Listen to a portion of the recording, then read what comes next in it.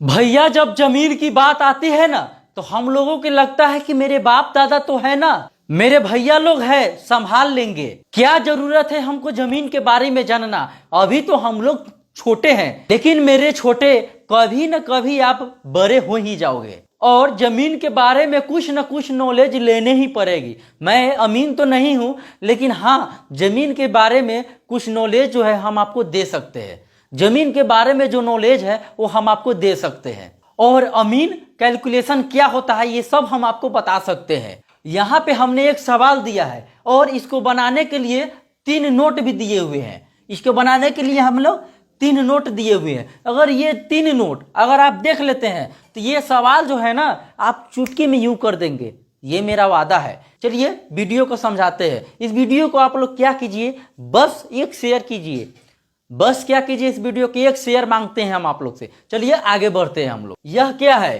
करी है। यह क्या है, करी है। इसी से जमीन नापाता है। लेकिन अभी के डेट में जो है फीता और इंची टेप का वैल्यू आ गया है, लेकिन कहीं कहीं अभी भी जो है इस करी से ही हम लोग क्या होता है, अमीन जो है जमीन नापने आते हैं। तो देखिए नोट पहले हम लोग देखते हैं।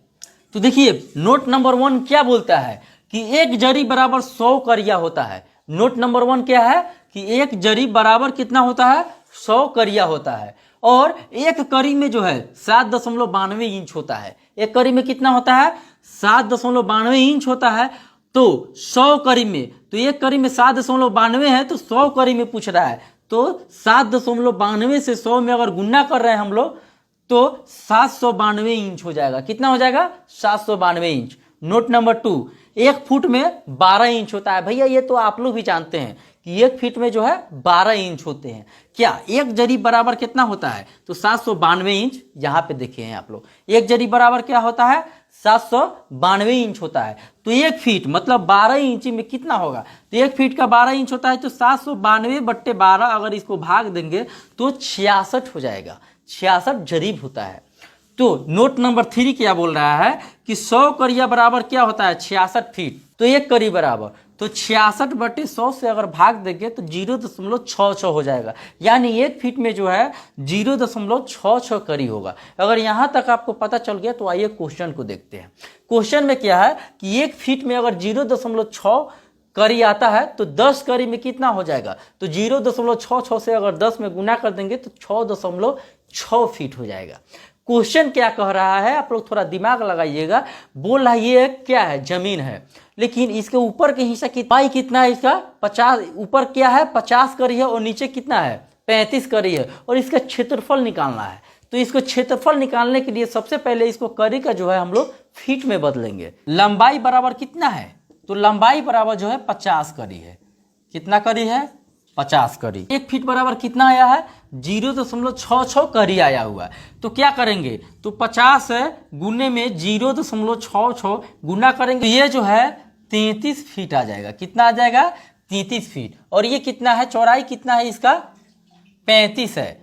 चौड़ाई कितना है इसका, 35 है। 35 करी है, तो इसको क्या करेंगे, 35 गुने क्या है,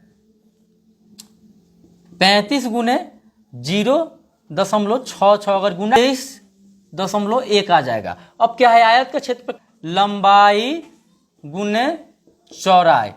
लंबाई गुने चौड़ाई हो जाता है ना, तो लंबाई कितना दिया हुआ है यहाँ पे देखिए, तो लंबाई कितना आया है, लंबाई जो है 33 फीट आया है।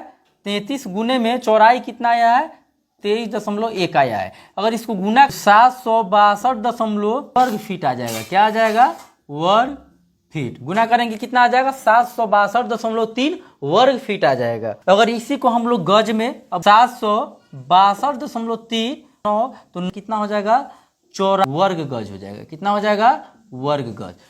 84.3 वर्ग गज हो जाएगा। तो देखिए ये जमीन का यही कैलकुलेशन है। अगर इस वीडियो को देख करके थोड़ा भी अगर आपको समझ में आया हो तो हम विनती करते हैं आपसे, लाइक कमेंट नहीं कीजिए, आप लोग मात्र शेयर कीजिए। बस एक शेयर आपका मोटिवेट करता है, आगे चल के और भी जमीन की कुछ जानकारियां हम आपको देते रहेंगे। बस एक शेयर कीजिए आप लोग।